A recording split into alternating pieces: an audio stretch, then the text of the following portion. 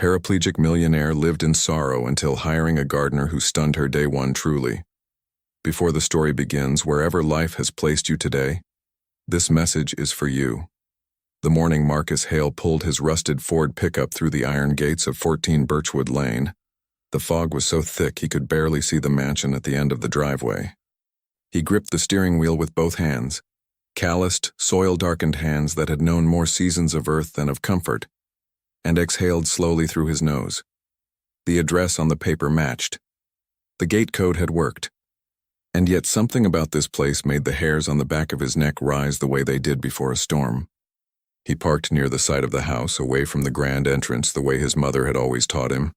You go in through the garden door, Marcus, never the front, not until you're invited. He never was, not in 33 years, but that had never stopped him from doing beautiful work.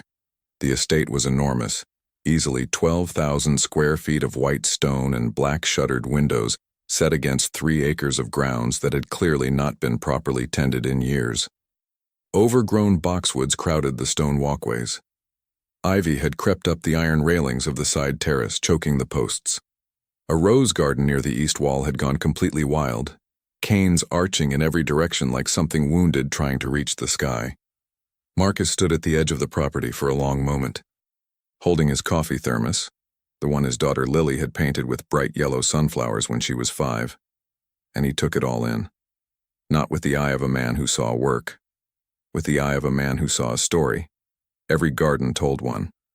This one told of a place that had been abandoned not by laziness, but by grief. He opened the back of his truck and began unloading his tools with quiet efficiency. Pruning shears, a flat spade, the hand trowel he'd had since he was 19, and had sharpened so many times the blade had grown thin and elegant like a letter opener. He set his worn leather gloves on the truck bed and looked up at the house one more time. A light was on in a room on the 2nd floor. Just one, behind glass so clean it looked like the window had been removed entirely. And in that window, still as a painting, was a silhouette. A woman, sitting without moving, watching him. Marcus gave a single respectful nod in that direction, then pulled on his gloves and went to work. He had learned about the job 3 days ago through a handwritten index card tacked to the board at Henley's Hardware in town. Estate gardener needed. Immediate start. Experience required. References preferred. Ask for Mrs. Pruitt. Mrs. Pruitt, he discovered when he called, was the estate's housekeeper, a sharp-voiced woman in her 60s who made it clear within the first 30 seconds of conversation that the owner of the property was a private person and that he was not to disturb her under any circumstances. He was to arrive at 7, park near the side, work the grounds, leave by 4, cash payment each Friday. Does the owner have any preferences for the garden? Marcus had asked. A pause so long he thought the line had gone dead. She used to, Mrs. Pruitt said finally, and then she hung up.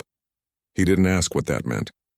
He had learned long ago that the most important things in life were rarely explained, only felt if you were paying the right kind of attention.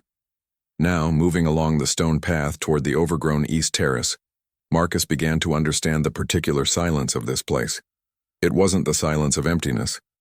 It was the silence of a held breath, of something, or someone, that had been waiting for a very long time for something they no longer believed would come. He crouched at the base of an old wisteria that had been trained along a rusted iron pergola and examined the wood. The vine itself was healthy, just neglected. With the right pruning, it would bloom again by late spring. He looked further along the terrace and noticed something that stopped him cold. The stone path, beautiful old Connecticut bluestone, probably original to the house, ended abruptly at the base of 3 wide steps leading down into the sunken garden. No ramp, no alternative path, just steps. And beyond those steps, the most breathtaking part of the grounds, a circular garden with an old stone fountain at its center, surrounded by what had once been a carefully curated planting of lavender, salvia, and old garden roses. Now overgrown, now unreachable. He stood there for a moment, very still. Then he took out a small worn notebook from his breast pocket and began to sketch. By 9 in the morning, Mrs. Pruitt appeared at the side door of the house. A compact woman with silver hair pulled back severely, wearing a starched navy apron. She looked at Marcus the way people look at weather, trying to determine what it would bring. "You're Marcus Hale?" she said. "Yes, ma'am." She looked at his truck, his tools, the notes he'd made. "You were told to start on the front hedges." "I will," he said. "I just wanted to understand the whole property first." She studied him for a moment with eyes that had clearly seen every variety of person this world had to offer. "Don't go near the East Terrace door," she said finally.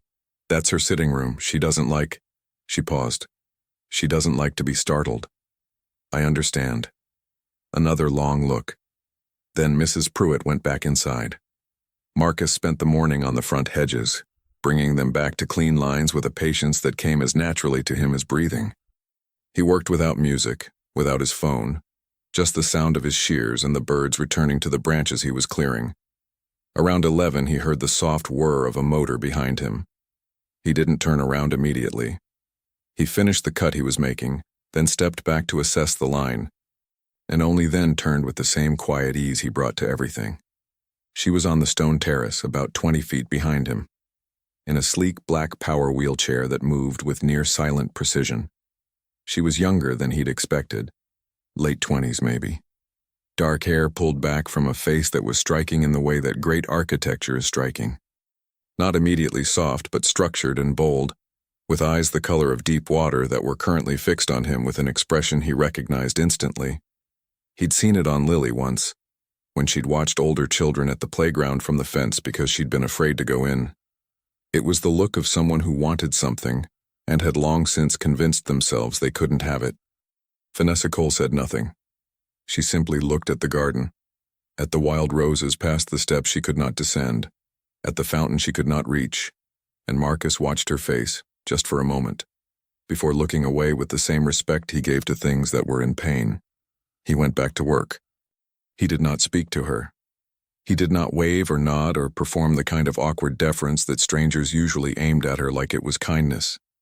He simply worked and let the garden be a thing they were both present for, without demand. After perhaps 10 minutes, he heard the wheelchair motor again. She had gone back inside.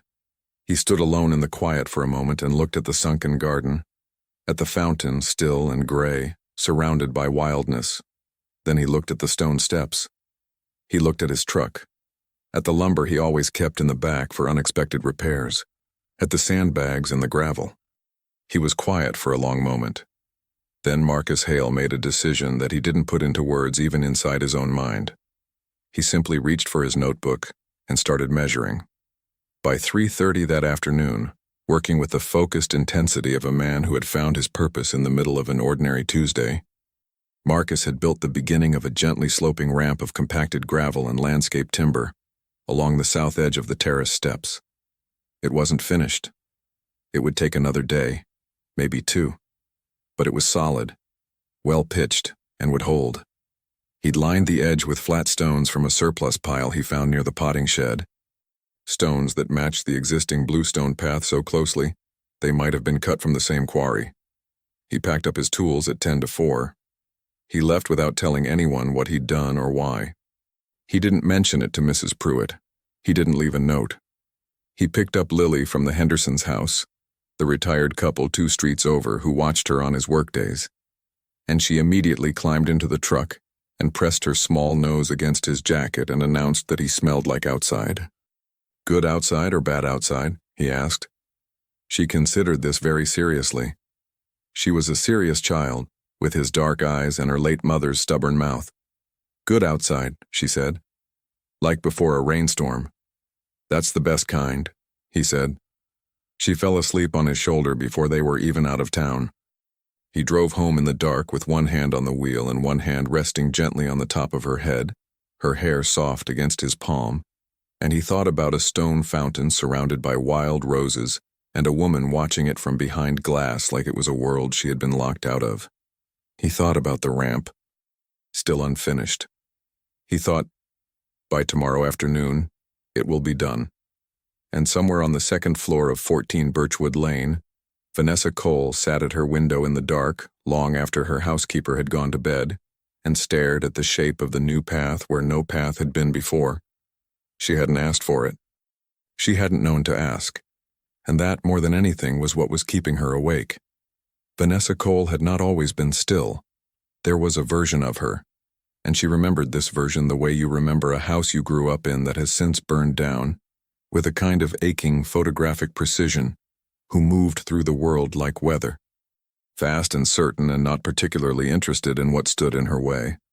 At 22, she had graduated top of her class at Wharton.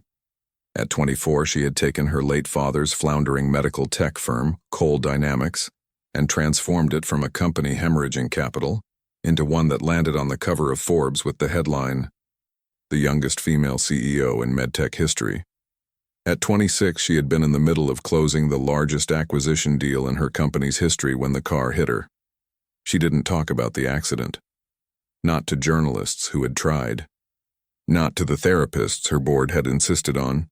Not to her mother, who had sat beside her hospital bed for 6 weeks and wept quietly every morning before Vanessa was awake, not knowing that her daughter heard everything. Not to the 2 men who had said they loved her, both of whom had been unable to hold the weight of who she had become afterward and had left, one after 3 months and one after 8, both with apologies that made her feel more alone than the leaving itself. What Vanessa had, instead of words, was the window. The east-facing sitting room on the 2nd floor of the Birchwood estate had the best view of the grounds. She had bought this house 2 years ago, 6 months after being discharged from the rehabilitation center in Boston, where she had spent the most difficult year of her life learning, among other things, how to grieve the body she had once lived in. She had bought it because of that view, because she had stood, with the use of the standing frame, one of her last sessions before discharge, at a realtor's window and looked out at the gardens and felt, for the first time in 14 months, something other than nothing. She had imagined in that moment walking those paths, sitting by that fountain, feeling the sun on that particular west-facing bench near the old yew tree.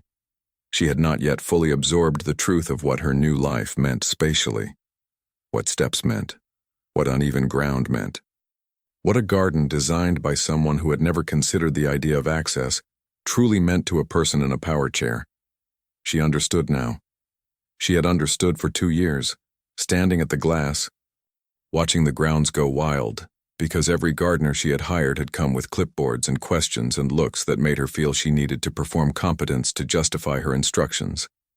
And she had grown so tired of performing anything for anyone that eventually she stopped answering their calls, and Mrs.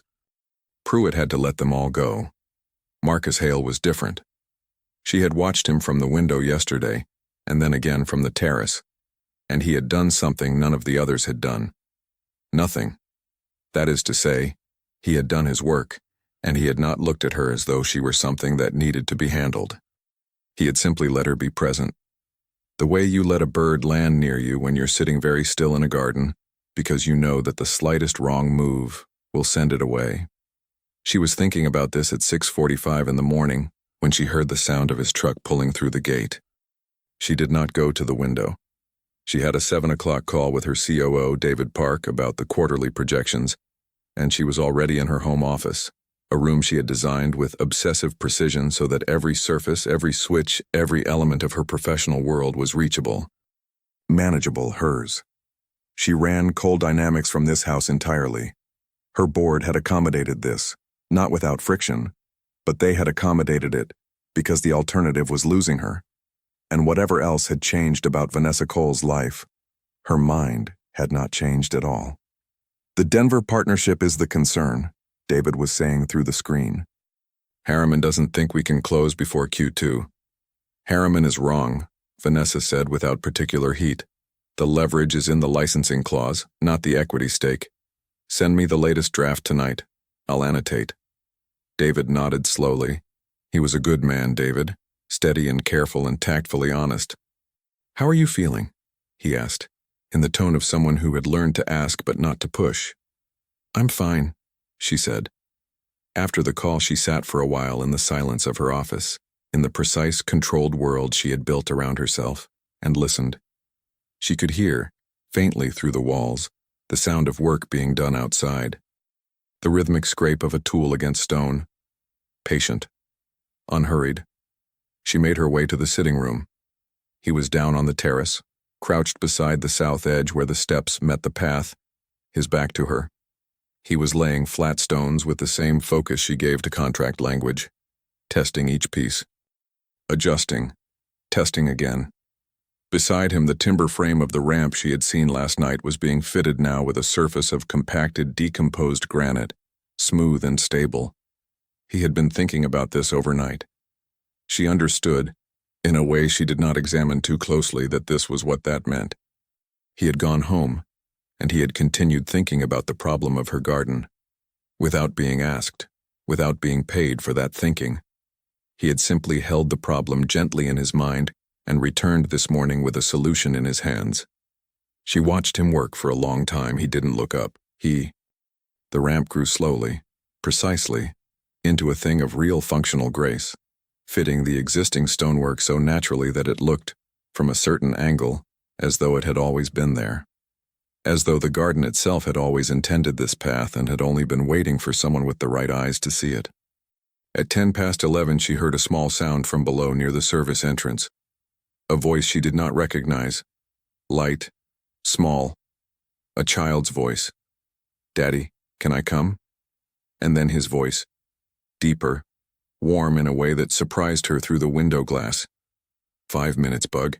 Stay on the path. Vanessa rolled closer to the window. A girl appeared at the corner of the terrace. 6 years old, perhaps. Skinny and dark-haired and dressed in bright yellow rubber boots that were clearly too large for her feet and made her walk with an endearing wide-footed shuffle.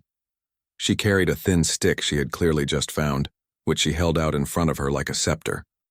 She walked directly to where Marcus was working and stood beside him and studied the ramp with the grave focus of a small engineer.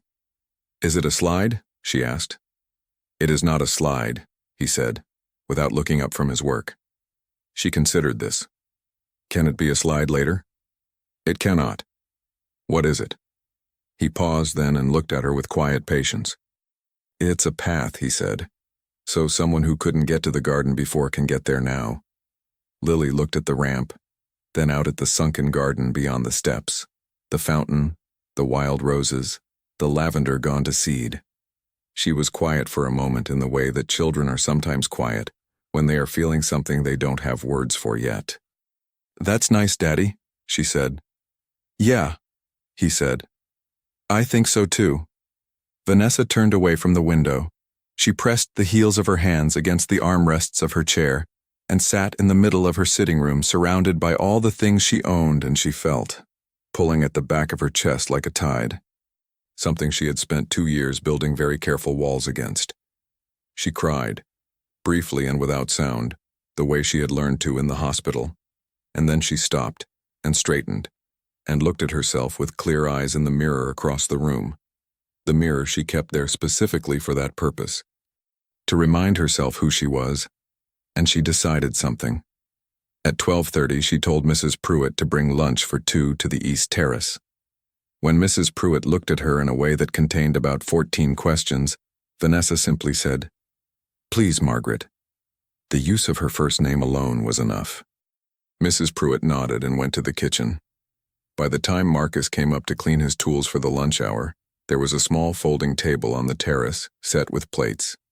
And Vanessa Cole was already outside, at the top of the ramp he had built, in the thin November sun, waiting. She did not say thank you right away. She looked at him, and he looked at her, and it was the first time they had looked at each other directly. Not from behind glass, not across 20 feet of garden. Close. Clear. "The ramp isn't in the contract," she said. "No," he agreed. "You didn't ask." "No." She studied him for a long moment with those deep water eyes. "Why?" He was quiet for a breath. Then he said simply, honestly, "Because it should have been there before." And Vanessa Cole, who had not had lunch outside in 2 years, looked away toward the garden and said, "Sit down, Mr. Hale." He sat. Lily appeared at the corner of the terrace again, yellow boots and all, and looked at the table with the focused hope of a child who smells food. Vanessa looked at her, the dark eyes, the mud on the boots, the small, serious face. "You can sit too," Vanessa said, in a tone that was not unkind, though it was still learning how to be warm.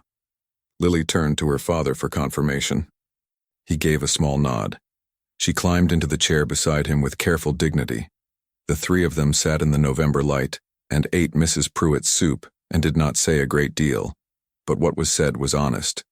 The weather, the wisteria, whether lavender would survive being cut back this late in the season, and the silence between the words was the good kind. The kind that means something is being built. Below them, the path Marcus had made led down into the sunken garden where the fountain stood, still and waiting, surrounded by wildness. Tomorrow, Vanessa thought, she would go down there. She had not let herself think that thought in 2 years, and now it moved through her with the quiet surprise of a door she had forgotten existed. Found unlocked. She looked across the table at the man who had opened it, who was currently engaged in a serious conversation with his daughter about whether the stick she'd found was magical. "All sticks are a little magical," he was saying. "It depends on what you're looking for." Lily seemed satisfied with this. She put the stick carefully in her boot for safekeeping. Vanessa looked down at her soup. Something in her chest, something that had been frozen for a very long time, shifted almost imperceptibly toward the light. She did not name it. Not yet. But it was there. For the first time in longer than she could precisely remember, Vanessa set an alarm. Not for a conference call, not for a board meeting, not for the twice-weekly physical therapy sessions she had with Daniel Reyes, who drove up from Hartford every Tuesday and Thursday with his calm hands and his implacable professional cheer. She set it for 6:15 in the morning because Marcus Hale arrived at 7, and she wanted to be ready. Not in the sense of performance, but in the sense of being fully present when the day began, which was a distinction she had only recently come to understand the importance of. She was in the sitting room by 6:50, coffee in hand, watching the fog lift slowly off the grounds, when his truck came through the gate. What happened over the next 11 days changed things. Not loudly. Not in the way that change usually announced itself in Vanessa's life, with deadlines and term sheets and rooms full of people watching to see how she handled herself. This change happened the way plants grew, invisibly, in the dark and the cold, the alteration so gradual that you could only see it by looking away and looking back. By comparing the garden now to the garden before and understanding in the gap between those two images that something irreversible had occurred. Marcus finished the ramp on the second day. It was everything she had observed from the window it would be. Clean, solid, well fitted to the existing bluestone as if placed there by the original architect with exactly this purpose in mind. He lined it on both sides with low, rounded stones from the property's own surplus pile, and installed a simple iron handrail along the left edge that he had sourced, she later discovered, from a salvage yard in Torrington, because it matched the period of the house. He had not told her he was doing this. He had not presented it for approval.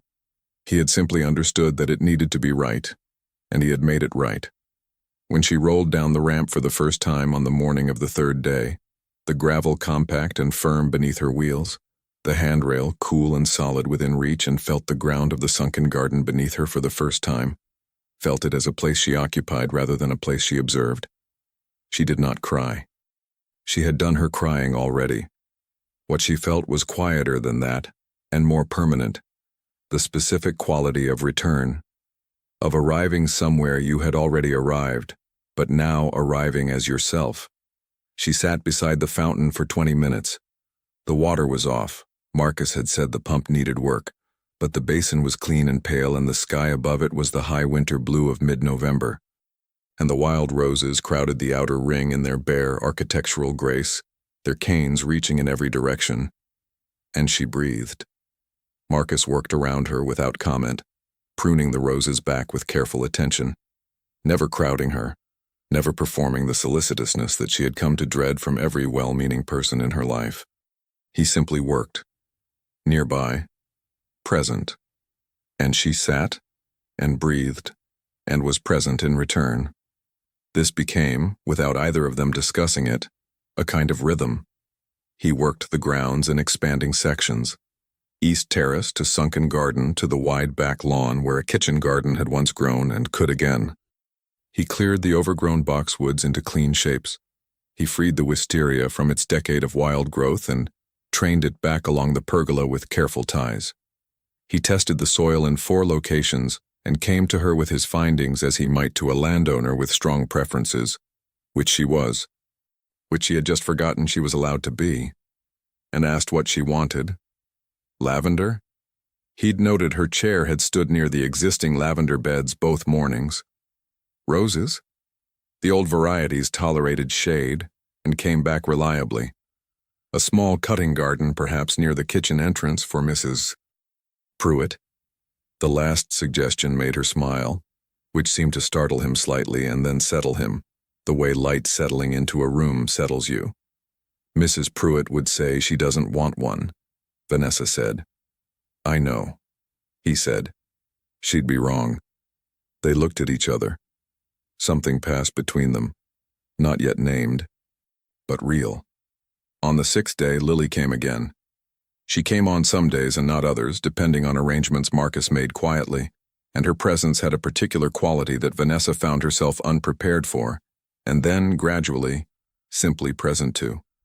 The child moved through the world with the focused curiosity of someone who had recently arrived and found everything interesting. She collected stones with specific shapes.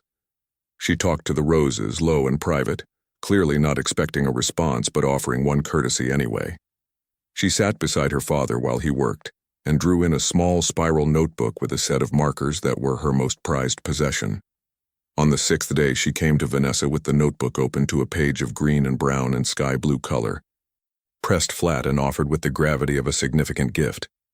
It's the garden, Lily said, from up high, like a bird. Vanessa looked at it. It was not by any objective measure technically accomplished. The fountain was a brown oval, the rose beds green and red scribbles, the ramp a careful brown line, the path branching to the various sections Marcus had cleared. But it was spatially accurate in a way that surprised her. The proportions were roughly right.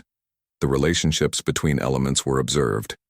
And in the center of the composition, Lily had drawn 2 small figures, a tall one near the roses and a smaller one in a shape that might have been a rounded chair.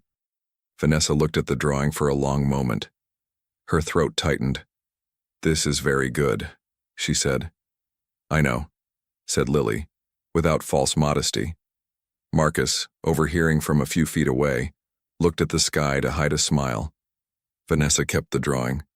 She put it in her office on the desk where she spent the better part of her days, beside the family photograph and the small bronze paperweight that had been her father's. She didn't analyze why. She simply put it there. On the 8th day, she asked him about his wife. It was less a planned question than the surfacing of something she had noticed. The absence. The singular shape of his life with Lily. The particular self-sufficiency of a man who had learned to carry more than his share. He was quiet for a moment, working the edge of a new bed along the south wall. Her name was Claire, he said. She died when Lily was 8 months old. Heart. Nobody knew. I'm sorry, Vanessa said. It was the truest 2 words she knew. Yeah. A pause, then. She would have liked this place. She liked old things that still had life in them. He said it plainly, without soliciting a response. But he glanced at her as he said it, briefly and without calculation. And she understood that the statement had more than one meaning, and he was not unaware of that. She looked away toward the fountain. The pump had been repaired now. Marcus had done it on the 5th day, without mentioning it, simply arriving with the part needed and coming inside briefly through the service entrance to access the mechanism. And the water moved in a steady circle over the pale stone, its sound gentle and continuous in the quiet air. She had discovered she could hear it from her sitting room window when she left the window open, even in the cold, and she had been leaving it open. My father built a garden, she said after a while. She hadn't intended to say anything. The words came as words sometimes did now. Around him, less guarded. At the house in Greenwich where I grew up. Not like this, smaller. He did it himself on weekends. He used to say... She stopped. What? Marcus asked quietly. She looked at her hands on the armrests of her chair. He said a garden was the only place where the work you did always looked like more than work. Like it turned into something else. Marcus straightened and looked at the garden they were both in. The recovered paths, the training wisteria, the lavender bed now cleared and waiting for spring, the fountain moving at the center of it all. Yeah, he said. That's right. She looked up at him. The November light was flat and clear, and in it he looked like a man who had been exactly here, in this place, doing exactly this work, for a very long time, as if the garden had been waiting not for a gardener but specifically for him and had known the difference. It was the 8th day of knowing him. She was aware in a way she was not accustomed to being aware of things she could not put on a spreadsheet, that something had shifted in her irrevocably, that the careful architecture of distance she had built around her life had somewhere in the last 8 days developed a door, that the door was open. She was afraid. She had not been afraid of very many things in her life. She had been afraid in the hospital, afraid in the dark, afraid in the long, silent months after. And she recognized this particular fear because it wasn't about danger. It was about possibility. The fear of possibility was the specific fear of someone who had learned, at great cost, not to want things. She wanted things. She wanted the fountain sound through the open window. She wanted Lily's map drawing on her desk. She wanted the lavender to come back in spring. She wanted to still be here when it did. She wanted him to come back tomorrow. None of this she said. But she thought it all, sitting in the thin winter light in the garden that was slowly coming back to life, listening to the sound of work being done nearby, careful and patient and good. And on the 9th day, this she did not yet know, though she would remember it later as the day everything became inevitable, Marcus Hale would find something in the old potting shed that would change everything both of them thought they understood about this property, and about each other. But that was tomorrow. Tonight he would pack his tools, and Lily would find one more perfect stone, and Mrs. Pruitt would bring chamomile tea to the sitting room without being asked. And Vanessa would sit at her open window in the cold night air, listening to the fountain, holding a small drawing of a garden as seen by a 6-year-old from the height of a bird, and feel, for the first time in 2 years, that the distance between herself and the world was not a permanent condition, that it was closing, one careful, unhurried step at a time. The potting shed sat at the far northeast corner of the property, half hidden behind an overgrown privet hedge that Marcus had been working back in sections over the past week. It was a small structure, maybe 12 by 14 feet, built of the same white stone as the main house, with a cedar shake roof that had seen better decades and a wooden door so swollen with moisture, it required a firm shoulder to open. Mrs. Pruitt had mentioned it only once in passing. Tools in the shed. You're welcome to anything useful, the rest is just old things. He had taken her at her word and not yet gone in, working instead from the supplies in his own truck and the larger tool storage bay near the garage. On the 9th day, he finally pushed the door open. The light came in behind him, thin and gray, and fell across a space that smelled of cedar and old soil, and something else. Something dry and papery, like books left in an attic. Along the left wall, the expected, terracotta pots in descending stacks, a rusted cultivator, coils of old hose, a trowel with a cracked handle. Along the right wall, a potting bench with a cracked porcelain sink, and below the bench, stacked flat and covered with a piece of oilcloth that had been placed with clear, deliberate care, a series of large objects he didn't immediately recognize. He crouched and lifted the edge of the cloth. Drawings. Architectural drawings done by hand on large drafting paper. He lifted one carefully and brought it to the light in the doorway. It was a garden plan. This garden, identifiable by the shape of the sunken section and the placement of the fountain, though drawn in a state of vision rather than reality.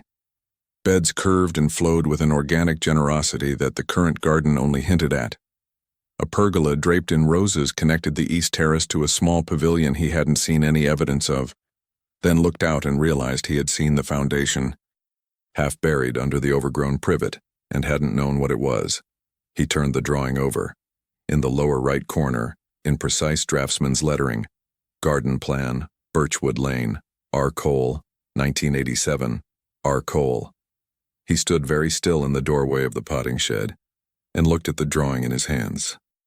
Then he looked toward the house at the sitting room window where the light was on.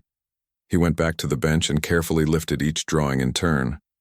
There were 11 in total, spanning from 1985 to 1991, an evolving vision of the same garden, each iteration more developed than the last, a man refining his dream across 6 years.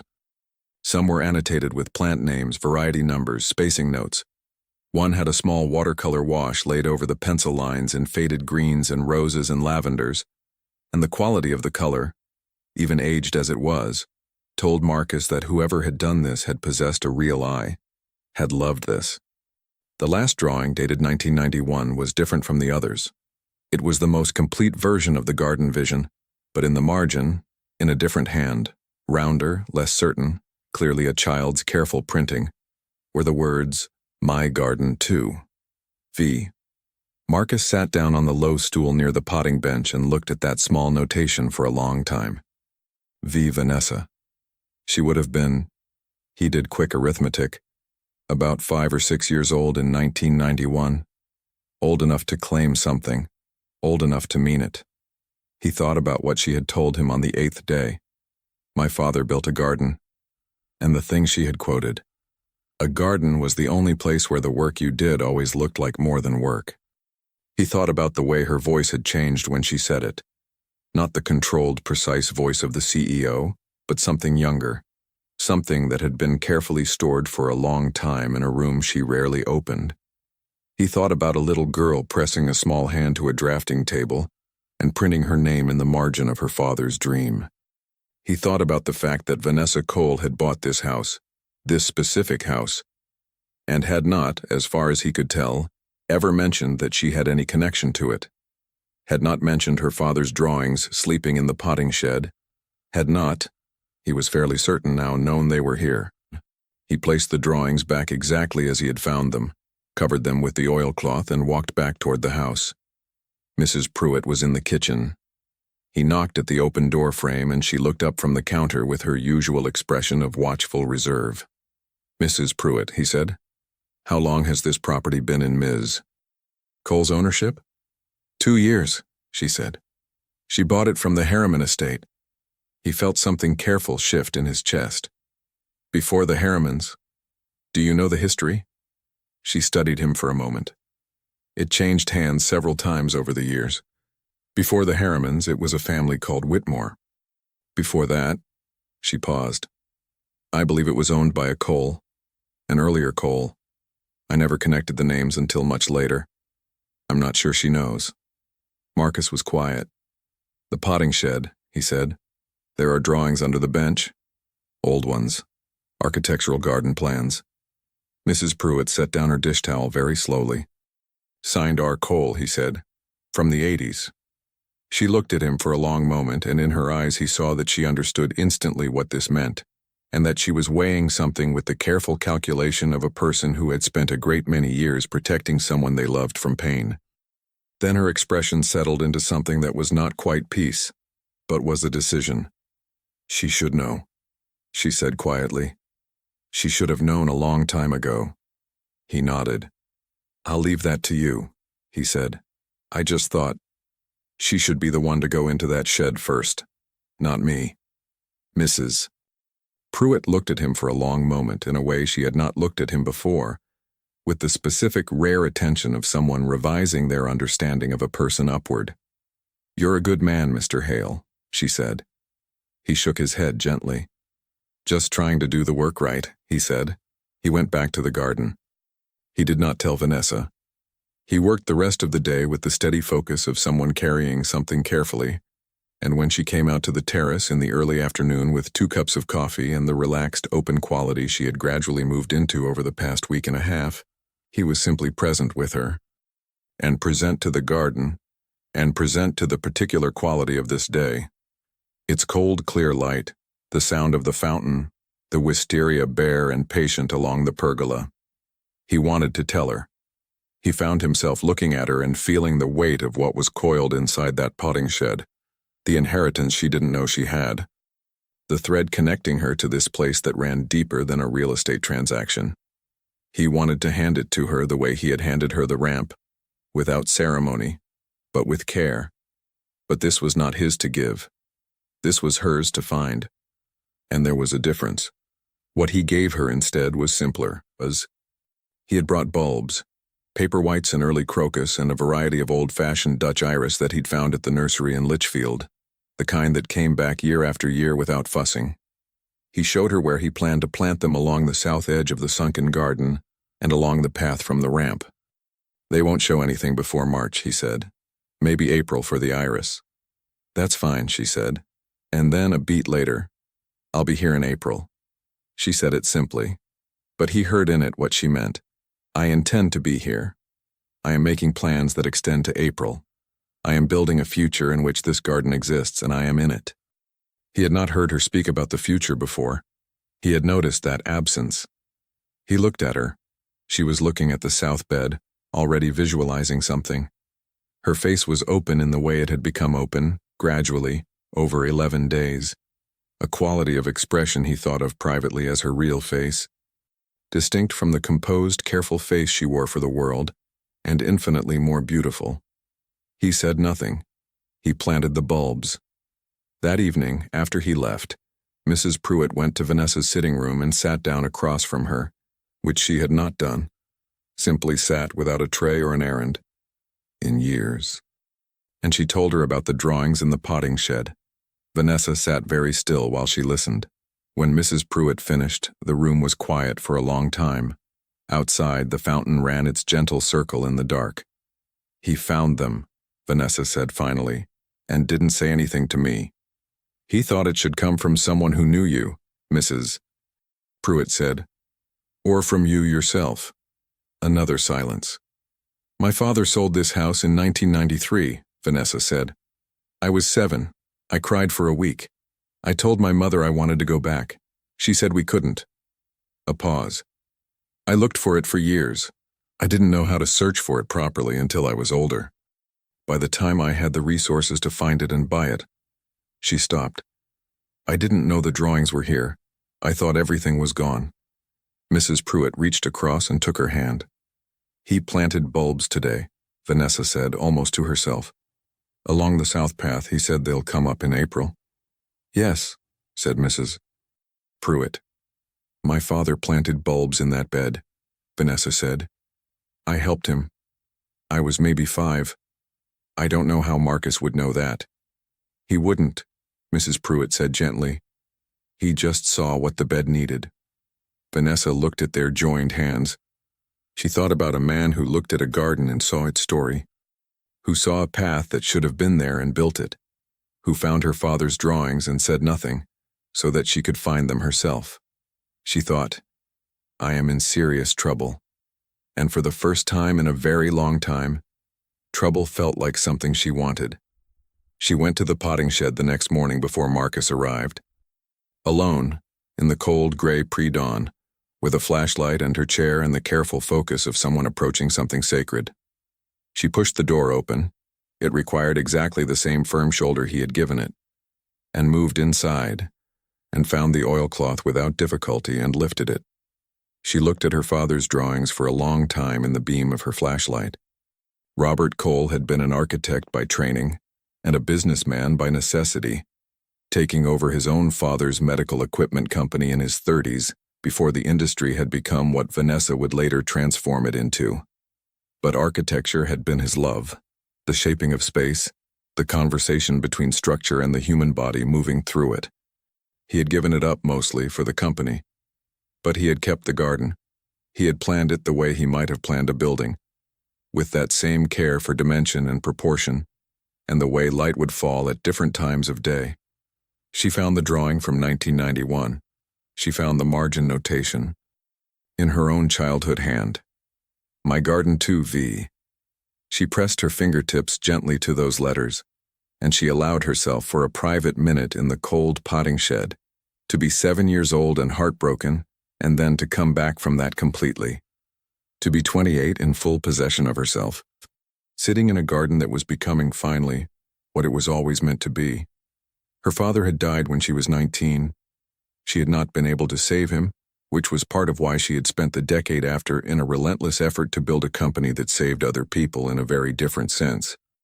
She understood this about herself. She had understood it for a while, but she had never, until this moment, understood that the garden was also part of it. That this specific garden, this particular purchase, was not the logical real estate decision she had told herself and her board it was. It was something else. Something a 7-year-old had decided. In the wordless way children decide the things that shape them. I want to go back. She covered the drawings with the oilcloth and placed them exactly as she found them.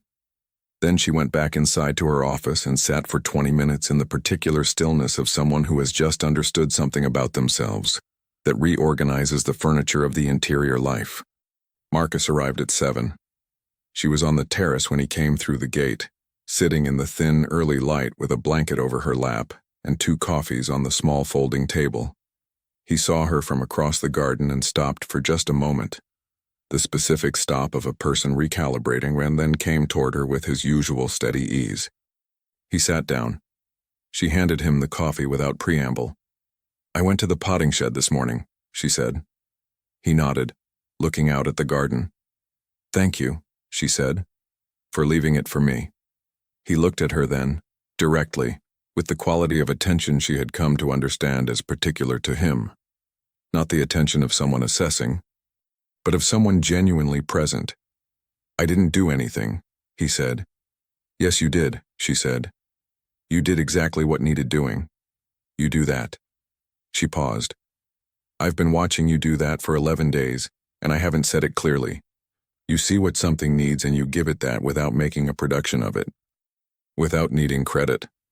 That is," she stopped, looking for the word. "That is a rare thing. I'm not sure I've seen it before." He was quiet for a moment. The fountain ran behind them, steady and soft. A crow called from somewhere in the high oaks near the property edge. "Your father was a good designer," he said finally. "He was," she said. "He gave it up too early." A pause. "I didn't buy this house for a good investment. I mean, it is one, but that's not why. I spent 11 years finding it.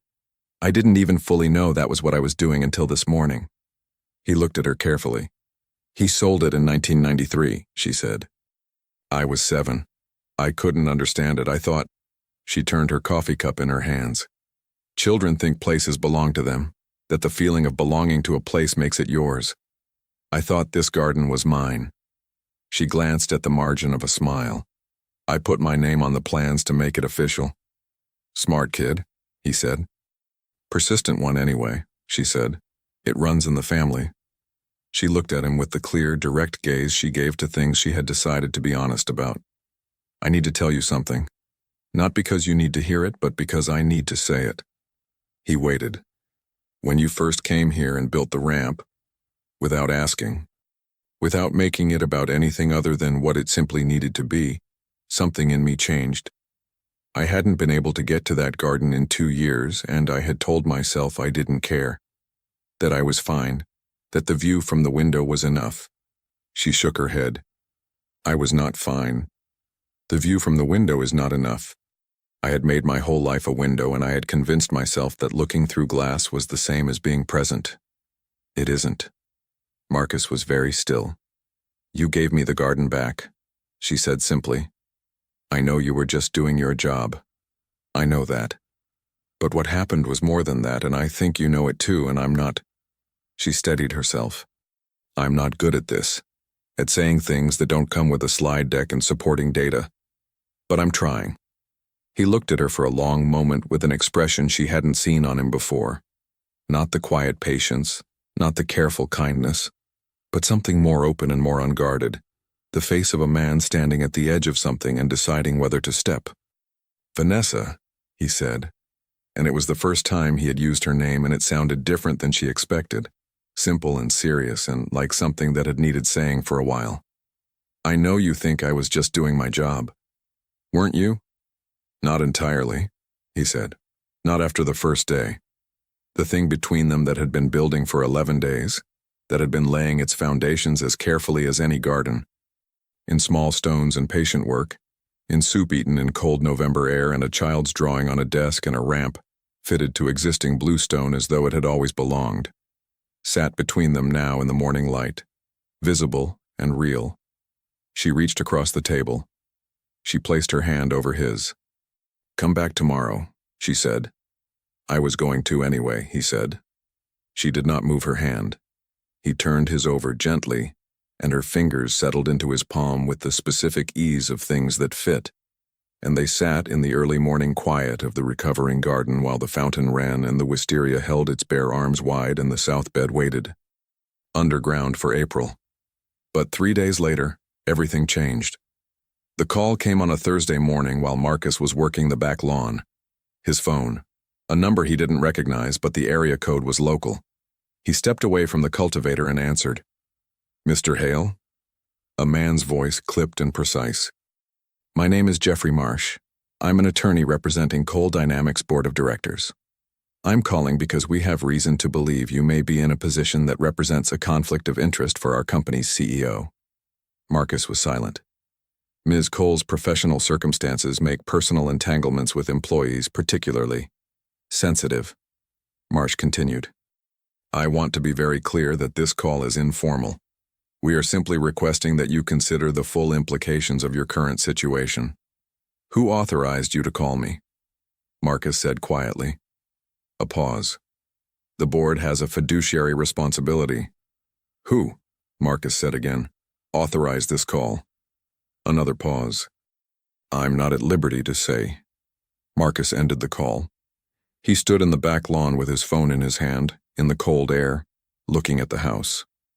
Looking at the sitting room window where, he knew Vanessa was likely in the middle of a call of her own, running the company that certain people on its board had just decided they needed to use against her. He thought carefully. He thought about Lily. He thought about the money, the Friday cash that had changed the margin of their life in ways that were not glamorous but were real. That meant Lily had a new winter coat, and he had been able to replace the truck's back tires before the ice came. He thought about what he would lose if he walked away. Then he thought about Vanessa's hand in his 3 mornings ago, about what she had said. "I made my whole life a window," about the drawings in the potting shed and the child who had written her name in the margin of her father's dream and spent 21 years finding her way back. He went inside. She was on a call. He waited in the hallway outside her office, which he had never entered, until the call ended and she appeared in her doorway and saw his face. "What happened?" she said immediately. He told her. All of it. Exactly. Her expression changed as he spoke, not crumbling, nothing so simple. It was more like watching a machine calculate.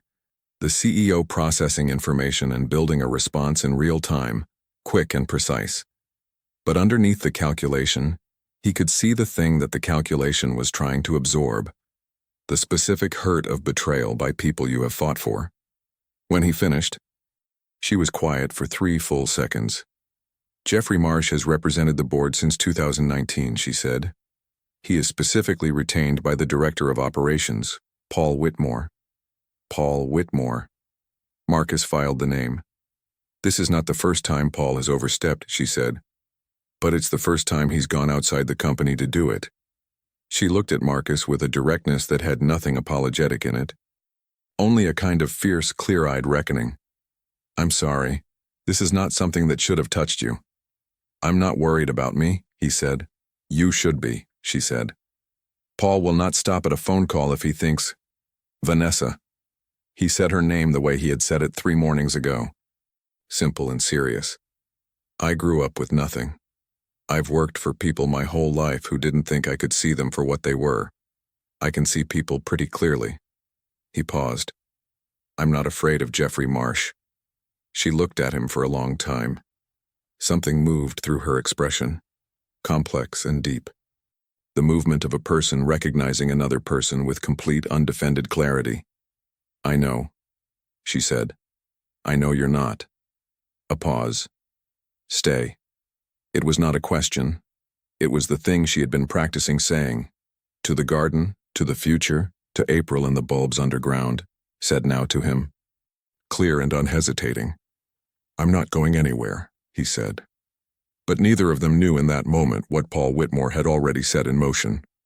What would arrive the following Monday in the form of a formal board petition, 6 of 11 directors, enough to call an emergency review, claiming that the CEO of Coal Dynamics was no longer fit to execute her duties and should be transitioned to a non-executive advisory role, effectively stripping her of the company her father had built and that she had saved. That was coming. And when it came, it would be the worst thing that had happened to Vanessa Cole since the car hit her on a Tuesday night in October 3 years ago. And the person who would make the difference, who would find the thing that changed everything, would not be a lawyer or a board member or a shareholder. He would smell like outside. The board petition arrived at Vanessa's email at 7:43 on Monday morning. She read it once, completely, at her desk. Then she set her phone face down and sat in the silence of her office for 4 minutes. She knew the value of 4 minutes of genuine stillness before response. She had learned that in the hospital. She had learned it more recently from watching a man work a garden. Then she picked up the phone and called David Park. I know, David said before she could speak. I got it 20 minutes ago. I've been trying to call you. I was reading it, she said. Vanessa. 6 directors, she said. Paul, obviously. Hendricks. The 2 independents he's been courting since Q3. Brennan, who's the 6th. A pause. Morrison. She absorbed this. Morrison had been on the board since her father's time. She had assumed he was a fixed point. He's 73, David said quietly. Paul has been working on him for months. I should have seen it. You couldn't have seen it, she said. Neither could I. She paused. The petition cites personal conduct inconsistent with fiduciary responsibility. That's the Marsh language. They're using Marcus. I know. Marcus has done nothing wrong. I know that too, David said. But the optics, a CEO in a vulnerable position, a personal relationship with a contracted employee on her private property. I am not in a vulnerable position, Vanessa said, with a precision that had no anger in it, only certainty. Vanessa, David said carefully. They have enough for the review. The review goes to shareholder vote if the board can't resolve internally. We need a response that's more than, I have the response, she said. Give me 48 hours. She had thought, in those 4 minutes of stillness, of the potting shed, of her father's drawings, of Marcus finding them and waiting, of what Marcus had said on the lawn. I can see people pretty clearly. She thought of something he had mentioned casually on the second day, examining the property's survey markers along the east edge. He had said the property lines were unusual, that the northeast corner jutted into the adjacent parcel in a way that suggested a historical agreement. He had noticed it because the old boundary stone was partially buried under the privet he had been clearing. She had filed it away as a property technicality. Now she called her real estate attorney. When Marcus arrived at 7 that morning, she was already on the terrace, and for the first time since he had known her. She looked tired, not defeated. Tired with the specific exhaustion of someone carrying something heavy over difficult ground. He sat across from her and she told him everything. The petition, the review, the 6 directors, the plan to remove her. He listened without interruption. They're using us, she said. Using you specifically, making the case that my judgment is compromised. Is it? He asked. She looked at him. No, she said. My judgment is the clearest it's been in 3 years, possibly in my life. A pause. I'm not afraid of losing the company. I want you to know that I'm afraid of losing. She stopped. What? She looked at the garden, at the ramp, at the path that hadn't been there 3 weeks ago, at the south bed where paper white bulbs were underground in the cold, beginning the slow work of becoming. This, she said, whatever this is. He reached across the table and took her hand. You're not going to lose this, he said. And you're not going to lose the company. You don't know that. I know that you see things other people don't see, he said. I know that you looked at a broken-down company and saw something salvageable. Same way I look at a neglected garden. He paused. And I know something about this property I didn't know how to bring up yet. She looked at him. He told her about the boundary stone. She was on the phone with her attorney within the hour. What Marcus had noticed, and what he articulated with the precise spatial memory of a man who had spent his life reading land, was that the northeast corner of the Birchwood property included a strip of land that had been informally absorbed into the adjacent parcel over time, but which the original deed, filed in 1938, clearly assigned to Birchwood. The value of this discrepancy was not primarily financial. The value was what was on it, a deeded conservation easement, placed by the original owner, that restricted any development or executive use change of the primary residence. Paul Whitmore's argument to the board rested partly on the claim that Vanessa was using company resources, specifically her teleconference systems and data servers, through a property that could be subject to a change of use reclassification if she were operating a de facto business headquarters there.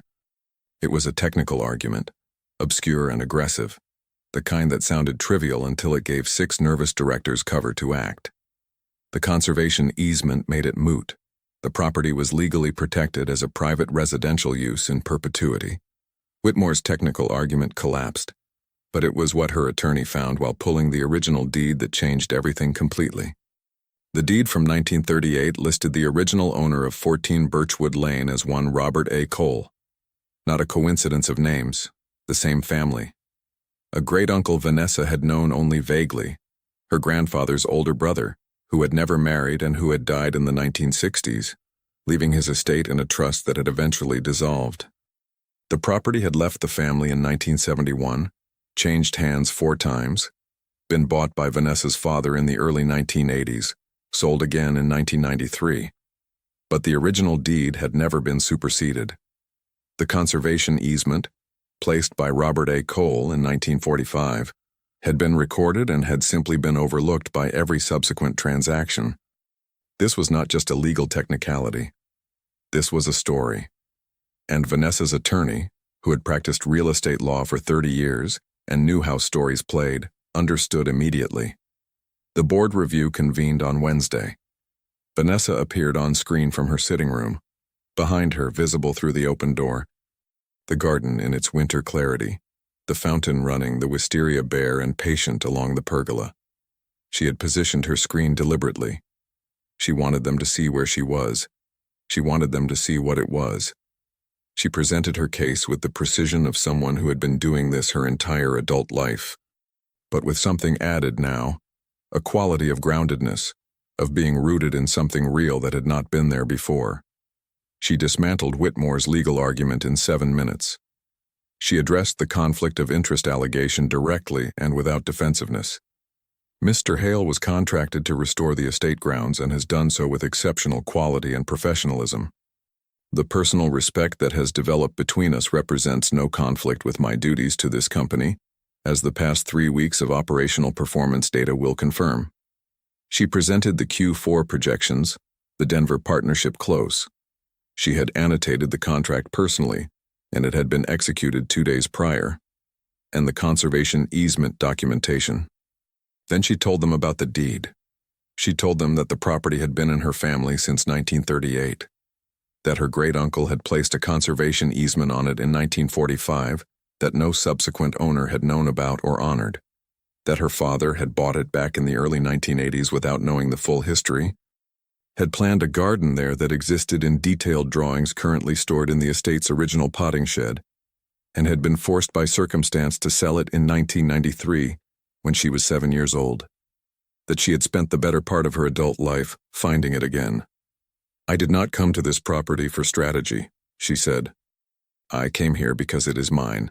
It has been mine in one sense or another for my entire life, and what I have found here in the past 3 weeks." She paused, and in the pause, she allowed herself, briefly, to be a person rather than a CEO, which was the bravest thing she had done in a boardroom since she was 24. "What I have found here has made me a better executive, a better person. I do not need this board's permission to say that, but I am saying it, on the record, because the truth of how I am doing my job should not be separate from the truth of who I am." Morrison asked the first question after she finished. His voice, which she had not heard in months, was quiet. Vanessa, he said, your father would be proud. The vote was 9-2 in her favor. Paul Whitmore and one independent director. Whitmore resigned the following morning. Marcus was in the garden when she came to tell him. He was at the south bed. She had come to know the particular shape of him crouched at the earth, intent and still. And he looked up as she came down the ramp, and she came across the garden to him and stopped when she was close. And the thing she had been holding carefully for 3 weeks was simply in her face now, no longer contained, warm and clear, and undefended. 9-2, she said. He stood. He looked at her with the same full, unhurried attention he gave to everything. You were never going to lose it, he said. I know, she said. But it's good to be sure. She reached up, and he leaned down slightly to meet her. And she kissed him once gently. In the garden her father had drawn and her great-uncle had planted and the world had taken from her family 3 separate times. In the cold December air, beside the fountain that was running and the wisteria that was dormant and the south bed where 6 varieties of bulbs were underground, doing their slow, invisible, essential work. He held her face in both hands, careful, warm, as though she were something precious that had been a long time finding its right place. And she held his forearms with her own hands, and they stayed like that for a moment. In the quiet of the garden, in the particular peace of 2 people who have arrived. Lily, who had come today with her father because the Hendersons had a Christmas party, appeared at the corner of the terrace. She assessed the situation with her usual 6-year-old gravity. She was wearing the yellow rubber boots. She was holding a new stick. Are you in love? She asked. Marcus looked at Vanessa.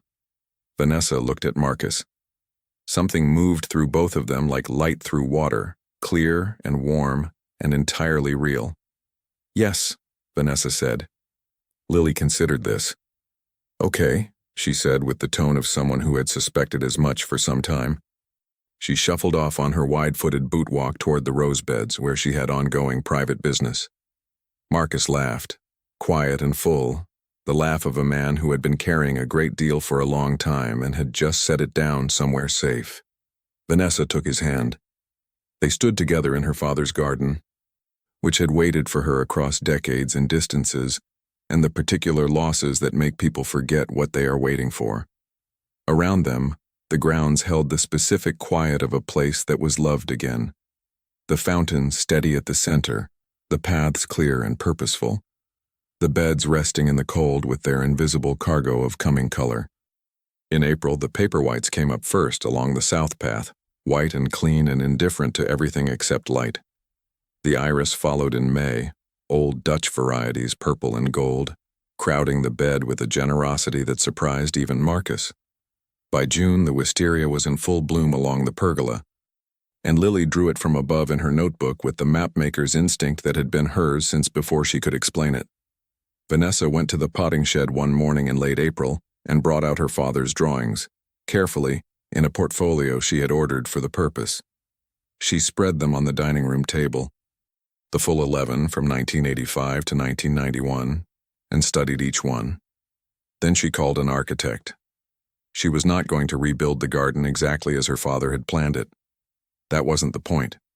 The point was to finish what he had begun, in the way that a person finishes something for love rather than completion, not erasing what the years had made of it, but adding to it, carrying it forward. Marcus sat beside her at the table with his notebook, and they talked for 3 hours about what the garden wanted to be, and what it already was, and what it had been, and how those 3 things were not as different as they might seem. Lily fell asleep on the couch with her stick in her boot and her marker-stained hands folded under her cheek. What Marcus Hale had come to understand, in the particular school of this place and this woman and this season, was something he had been circling his whole life without landing on. That the most important work was not the visible work.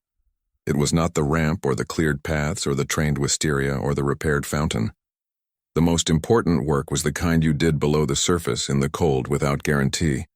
The work of trusting that what you planted would come up, that what you opened could stay open, that the things you gave without asking for credit were precisely the things that grew. And what Vanessa had understood, sitting at her window for 2 years, looking at a garden she could not reach, building a life around windows and glass and distance, was that the longing you carry for the longest time is usually not for a place or a company or a version of yourself you've lost. It is for someone who sees you clearly, not the performance of you, not the function of you. You, with your wheels and your losses and your father's drawing sleeping in a shed and your 7-year-old handwriting in the margin of a dream. Someone who shows up with muddy boots and builds you a path to the thing you'd given up believing you'd ever reach again. Someone who, when you ask him to come back tomorrow, was already planning to. Outside the dining room window in the April light, the garden was in full early bloom, white and green and the particular gold of a morning that has been a long time coming. The fountain ran. The wisteria was beginning. The paths Marcus had laid led in every direction through the grounds in clean, purposeful lines, and there was not a single step that could not be crossed, not a single part of the garden that was not reachable, not a single corner of this place that did not belong, in some whole and unhurried way, to all three of them. The garden was alive. And so, completely and without reservation, were they.